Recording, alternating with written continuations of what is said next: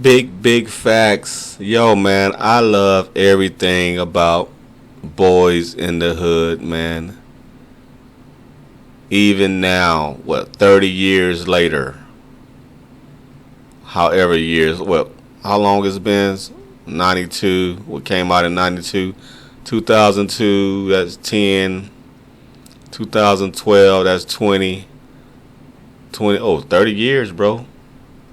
30 years later, the movie still impacts hard. I still see it as the same as I saw it back in the 90s when my cousin took me to the movies to see it. I still feel that same impact, man. Such a great movie. I grew up in the 80s and 90s, so this hits home to me. Hits home with me. You know, I was in high school when this came out. Ninth grade, I believe. Yeah, around the ninth grade when this came out. Awesome, bro. Great movie. Shout out to John Singleton, R.I.P. Ice Cube. Ice Cube is the breakout star. Stole the movie. You know, the breakout star in this movie stands out. The most stand out. The one that deserves the Oscar is Ice Cube. You know, whether I don't care what he says, but he deserves an Oscar for this role. You know what I'm saying? Because he did that role. He played that shit. I think he played that better than Tupac played Bishop. You know, yeah, Ice Cube did that. And shout out to Ice Cube for not letting the Doughboy role get to his head, where after the movie over with, he thinks he's Doughboy, and he goes out here and do a drive-by thinking he's a real gangster and shit. Shout out to Ice Cube for not, going into that, taking that route, like so many other actors have done, especially this other actor, the one that shot Ricky. The role he took outside of the movies, he started to believe he was his character, and you see how you heard how he ended up. Shout out to Ice Cube, man.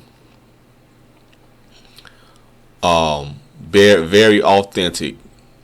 Cube played a very authentic gangster from his look, from the way he talked, from everything, from the degradation of his homeboys. That's one thing I didn't like about Ice Cube's character. Ice Cube wasn't a very likable character, though, if you really think about it. You know what I'm saying? We like him for his acting. Us as the audience like him because he's Ice Cube. He's a rapper. He's one of our favorite rappers. But if you really think about his character was a bully. Like, Doughboy was really a bully. Was really an asshole. He had some good in him.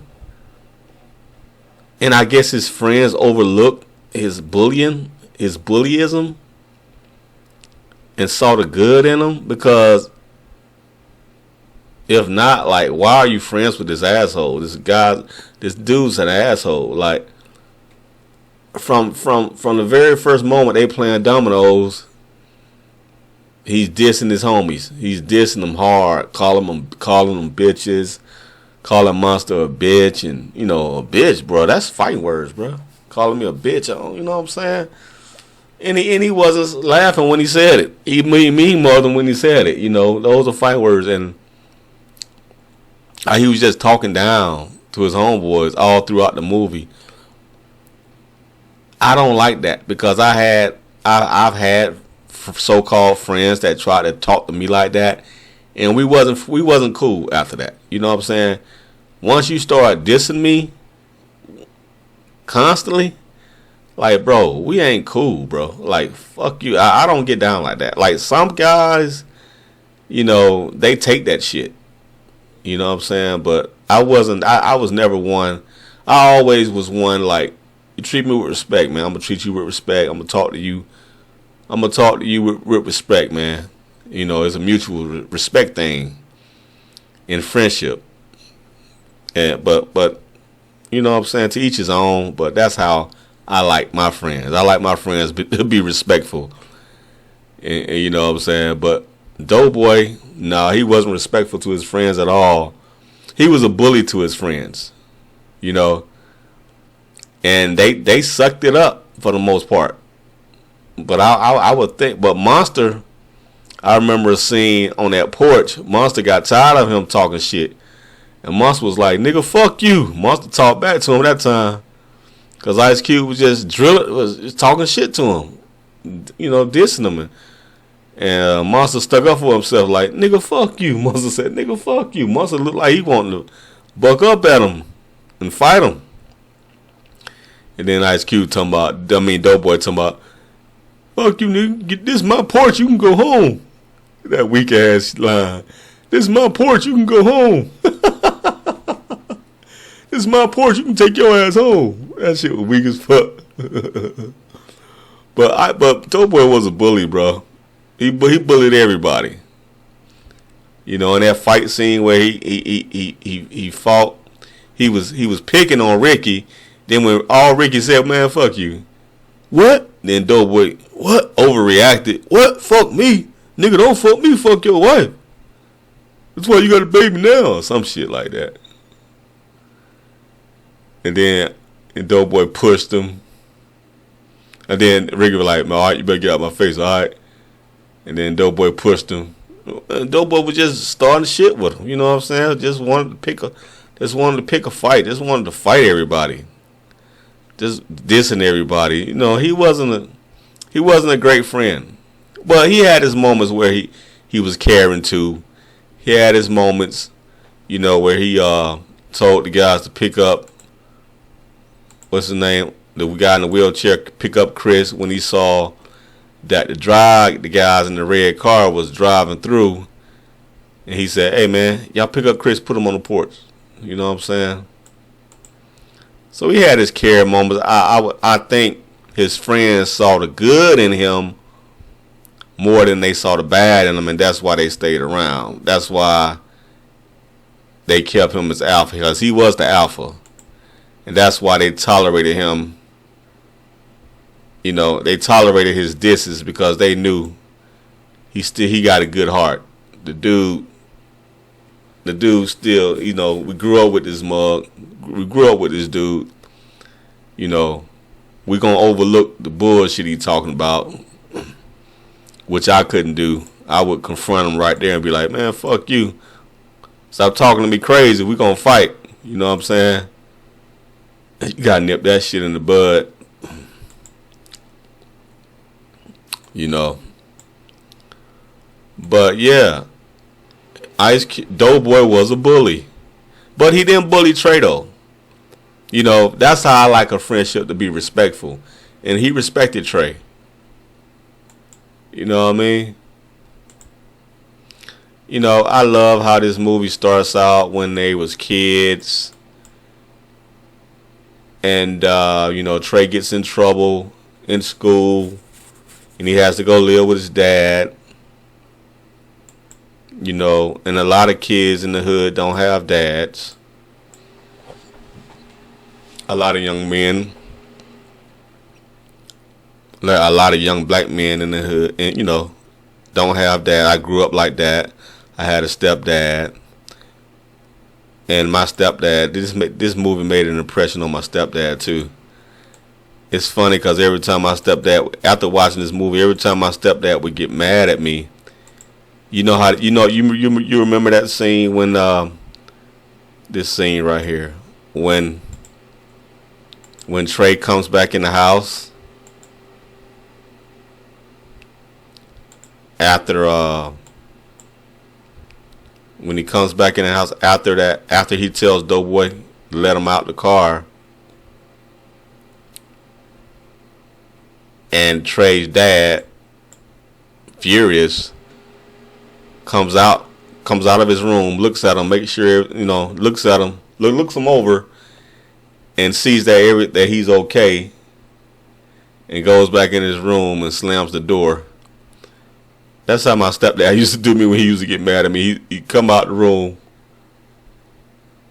look at me, and go in his room and slam the door. He was copying Boys in the Hood. He was copying the Boys in the Hood dad. Because he didn't start doing that till after he saw the movie, and it made a big impression on him. And he was living out his fantasy. He would always tell me, you know, watch how these kids in the neighborhood grow up. You know, a lot of they gonna be in jail. They ain't got no dad. My stepdad used to tell me that. He was right. In the hood, you don't have a father, it's likely that you're gonna be in jail. You're gonna do some prison time. He was right, because a lot of the kids I grew up with did prison time. Or they got shot. Or, you know what I'm saying? Or they ended up in bad situations where they had to do time, or dead, or just bad all around, man. They didn't have guidance. They didn't have a father figure in their life, a strong father figure. And that was the problem with Doe. He didn't have a strong father figure. And I think the abusive traits that Doughboy was exhibiting came from his mom. The way his mom talked to him is the way he talked to his homeboys. You know what I'm saying?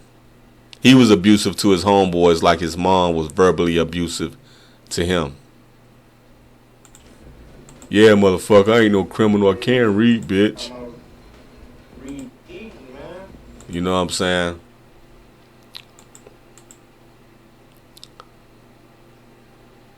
You know, Doughboy just didn't care. But this is the height of the crack epidemic. This movie sets in. You know, people dress like, see how he dressed? That's how we was dressing back then. You know what I'm saying? That's how dope dealers dressed. You know what I mean? One thing I hate about this movie is their haircuts. Why didn't they just get a fresh cut? I hated that shit. I hated that second week grow. And they let these guys wear that second week grow throughout the whole movie. It just looks so dusty. Them haircuts look dusty, bro. Those haircuts wasn't cutting it. That shit looked dusty. Him and Ricky had the most dustiest haircuts. And it irritated me. Because why wouldn't you guys just get your hair cut, bro?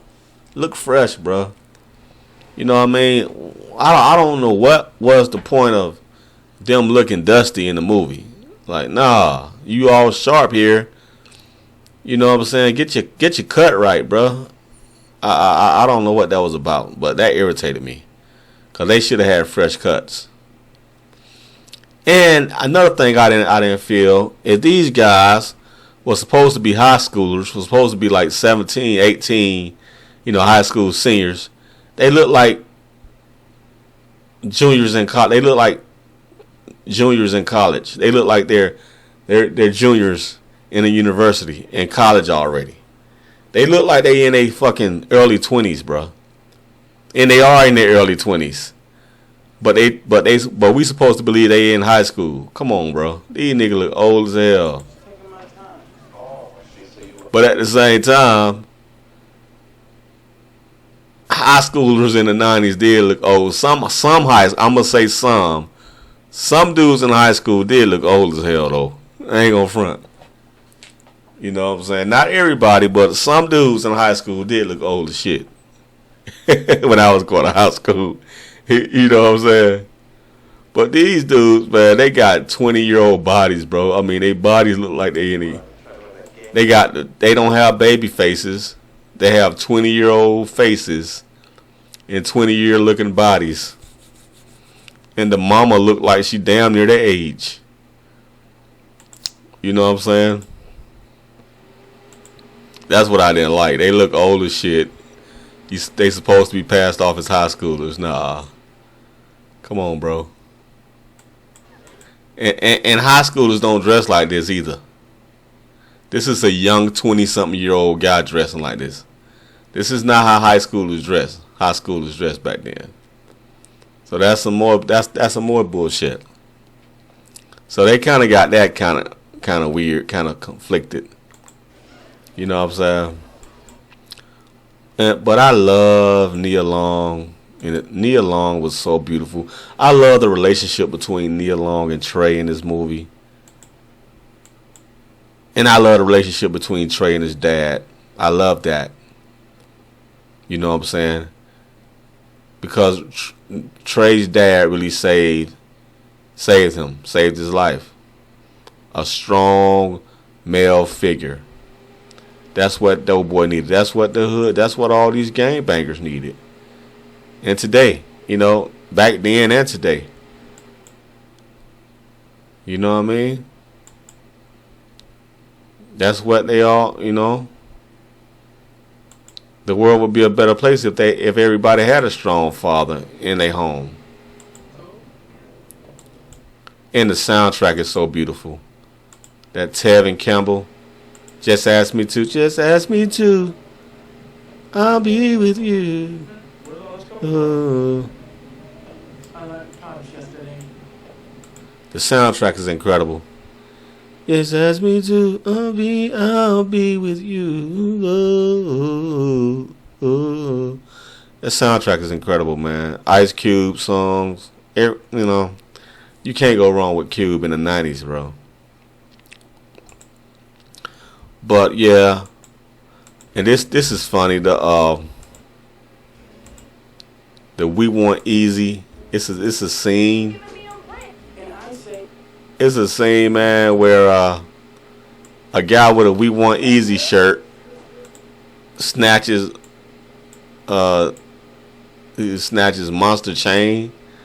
Snatches one of them guys' chain. Here, oh damn, I keep missing it. Here you go. So it's like a subliminal shot at Eazy-E. Ice Cube pulling them. Doughboy pulling them, I meant.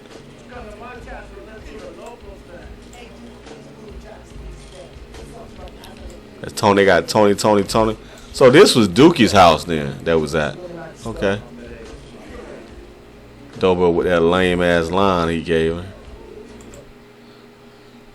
Yeah, man. So it was at Dookie's house right there. Yeah, it was a guy that had a We Want Easy shirt. And I like how the movie. It was a crackhead with a We Want Easy shirt, right? Walking by and snatched, I think he snatched Monster's chain, and he got beat down. It's just funny how they were taking shots at Easy.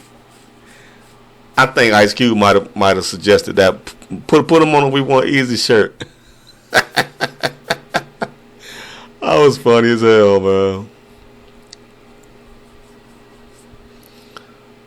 But yeah, Ice Cube, Doughboy pulling him a little chiquita right here, a little cutie right here. Got Tony, just me and you. Man, they got a beautiful soundtrack in this movie, man. It's so awesome. And I love Nia Long and Trey's relationship. I love Nia Long was so beautiful in this movie. You know, if you knew, the 90s love hit different, bro. 90s love hit different. You know what I mean? What's going on with this? Why don't you play? 90s love hit different. When you had a girlfriend in the 90s, you really, if you really was into your girl, you really loved hard in the 90s, bro. I mean, this is like wholesome, sweet love right here, bro. You know what I mean? Like, it was different. You know what I'm saying? It was different. They not like the girls of today. Girls in the 90s are not like the girls of the day. You know what I mean? It was more, everything was just different, bro. It hit different. You know, it just take you back to that time. It just takes you back to that time. You know, everybody wasn't giving it up like the girls of the day. They pressure you. But back then, you know what I'm saying, girls wasn't giving it up like that. They was taking their time, you know what I'm saying? They weren't giving, just like this movie this is true. This is a true depiction. Like every girl wasn't just rushing to give it up so fast. And that's what this relationship depicted. You know what I'm saying?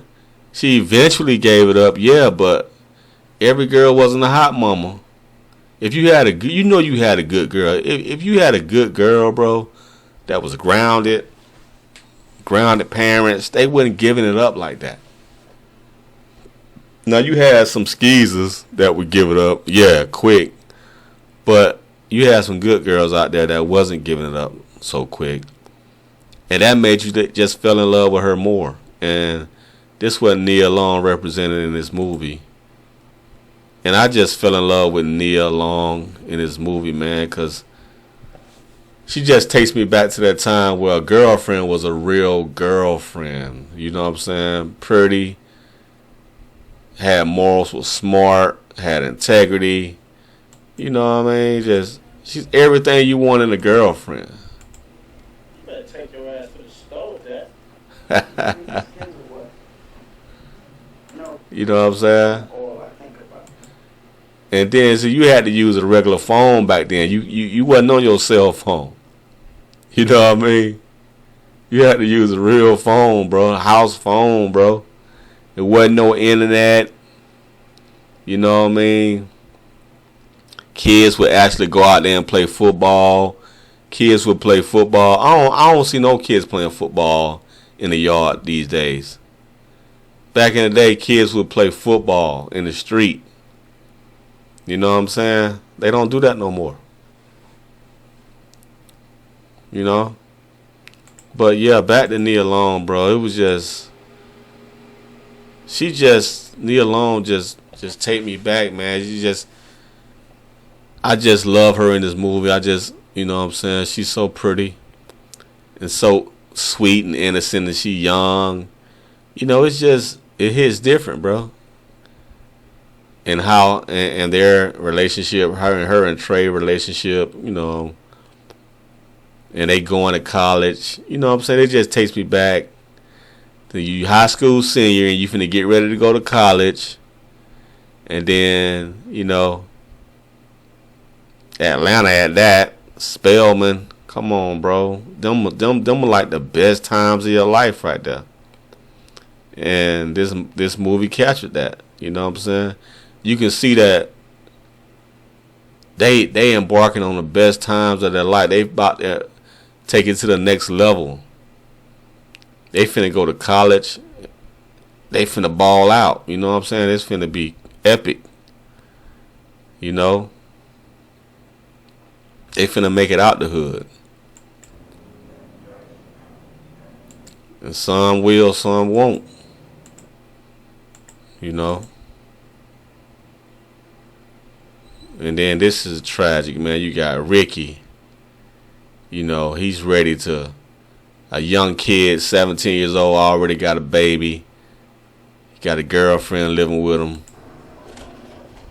You know, a high school star.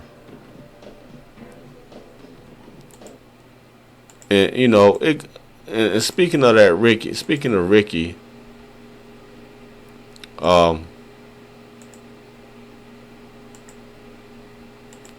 the scene set up where here you go right here. This scene set up.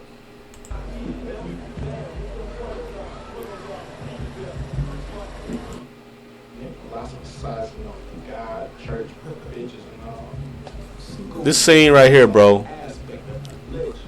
where the knucklehead bumps into Rick. He did that on purpose too. We know he did it on purpose. Of course he did it on purpose. But he did it because he was jealous of Ricky. He knew Ricky was a football star, and so he wanted to show off in front of his girl, oh, that nigga ain't shit. Like, see this shit, this right here. He knew Rick was big shit. He knew Ricky was a star. See, well, look at this, look at it. So you see, he did that. He did that to show. First of all, he did it to show off in front of his girl. You know what I'm saying? Then he did it because Ricky's a big. He was jealous of Ricky. He knew Ricky was a big football star, and he knew he wasn't shit but a gangbang, a 27-year-old at that. So he wanted to look like a big shot in front of his girl and try to punk Rick. You know what I'm saying? Try to get his little shine on. You know what I'm saying? Trying to impress his girl, trying to get his shine on. So I'll watch this, babe. I'm a tough guy. I'm gonna go bump this big shot right here. He think he a big shot. I'm the real big shot. I'm the real nigga. You know what I mean? He knew who Rick was. You know what I'm saying? So that was fucked up. But that's that crab in the barrel mentality. You know, jealous. Older guy too, 27. Jealous of the young man making something of himself. You know, some he couldn't probably be. You know what I'm saying? So he gonna try to take Rick's shine. You know. And that's unfortunate because a lot of that goes down to where you got a lot of crabs in the barrel, you got jealousy. You know what I'm saying? You're jealous of somebody because they're making something out of their life. But the movie just hit so many heart moments, man. It hit where it needed to hit. It just hit the spot, bro.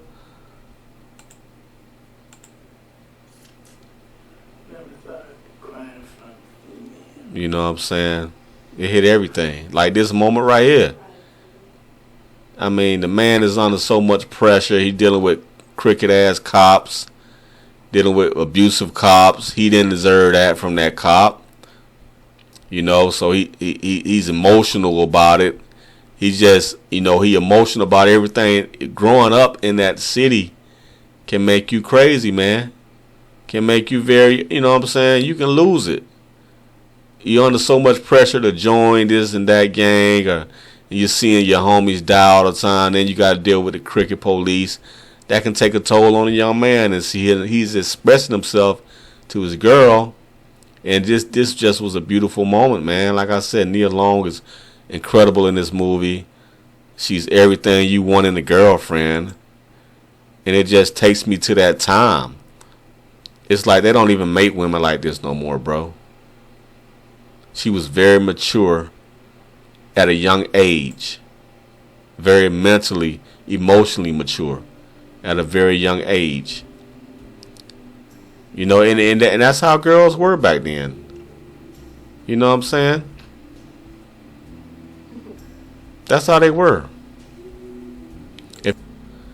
If you were lucky enough to find a girl like Nia Long, you know what I'm talking about. That's how they were, bro.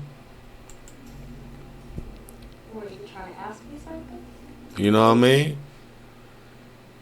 And there's nothing like finding somebody that you really into. You know what I'm saying? That's the most beautiful thing, when you really into your girl. And he was really into her. She was really into him. They were a match made in heaven. Totally compatible. Totally mutually compatible. They mutually felt the same way about each other. You know what I'm saying?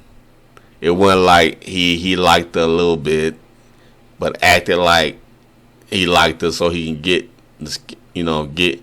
so he can hit the cheeks. Nah, he really was into her. You know what I mean? And it wasn't like she was acting like she really liked him, but she liked him because of his popularity. No, she was really into him. That what made it so beautiful. That what made this relationship so authentic and real, man. I just want to know what you thought about that kind of situation. You know what I'm saying? I think it can be good. Two people really love each other. And Nia Long never, man. Nia Long just get. She ages well. She's still beautiful to this day. She just throughout the years, Nia Long stays even more beautiful than you know what I'm saying. She gets even more beautiful as she ages, bro. So does Angela Bassett. Angela Bassett did a great job in this movie. Her and Lauren Fishburne did an awesome job, incredible job in this movie. Every motherfucker that came in, every motherfucker came my way. I just thought I'd let y'all know that. See, I get mad as fuck. Understands me? What's up? What's up, man? You missing all action. Somebody said the reason he was sucking on that pacifier was because he was on some type of drug that helps you, that pacifier helped him not grind his teeth. That's why he was sucking the pacifier, because it helps him not to grind his teeth, because he was on some type of drug that makes you grind your teeth. Smoke and shit. You get that cap feel. You know what I'm saying?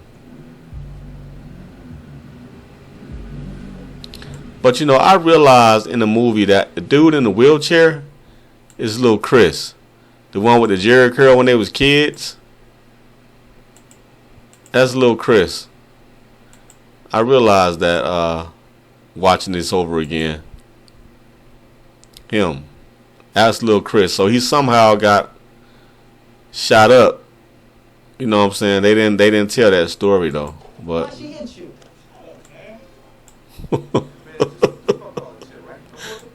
Man,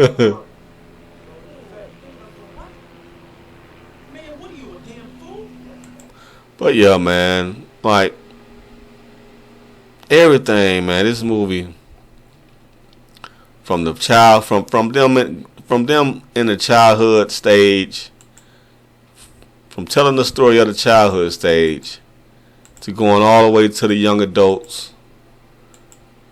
You know, you can't miss with this movie. This movie, it had everything in it. Everything in it, bro. He finally hit it. And this car right here, I'm so obsessed with the car. This is such a beautiful car, bro. I'm so obsessed with this car. I was obsessed in the 90s. People was making their car like this in the 90s. I'm obsessed with this car. I want this car, bro. It's so beautiful. It's such a sexy ass car. You know what I'm saying? People had that red car in the 90s too. People was trying to mimic that too. This is such a beautiful car, man. I love the way when he cranks it up, the hydraulics pop it up. And I love he didn't, you know what I'm saying? He wasn't bouncing all around and he wasn't trying to show off the hydraulics in the movie. I like that, you know. He kept it simple.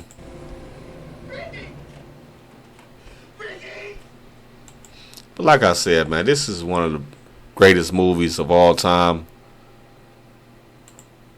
Phenomenal acting. The acting was on point. Cuba Gooding Jr. did an awesome job. He's second behind Cube. You know, all the way to the end, how Cube got his revenge. I didn't want this movie to go off, bro. I didn't want it to end, man. That's how good it was. You know what I'm saying? Didn't want it to end at all. I wish they would have showed Ricky's funeral. And I wish they would have showed them going to college. You know what I'm saying? But I can't get enough of Nia Long in this movie. Can't get enough of Ice Cube. This scene is very emotional right here. You know, epic moment right here.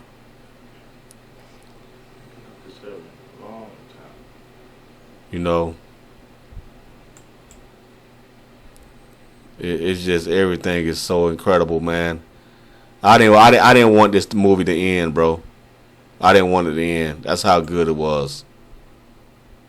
You know. And I heard the Crenshaw Mafia Bloods didn't like how they was depicted in the movie or something. So I guess that's why John wrote.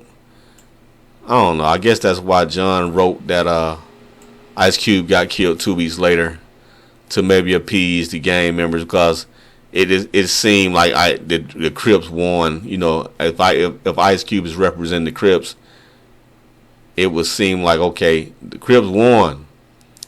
But you see, John had to write in there 2 weeks later, Ice Cube gets killed.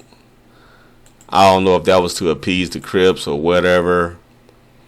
Because I heard they didn't like how they was depicted in the movie or whatever. I don't know.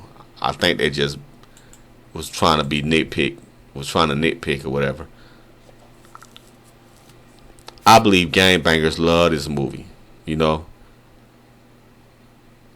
because they can see themselves in this movie. They can see their life in this movie.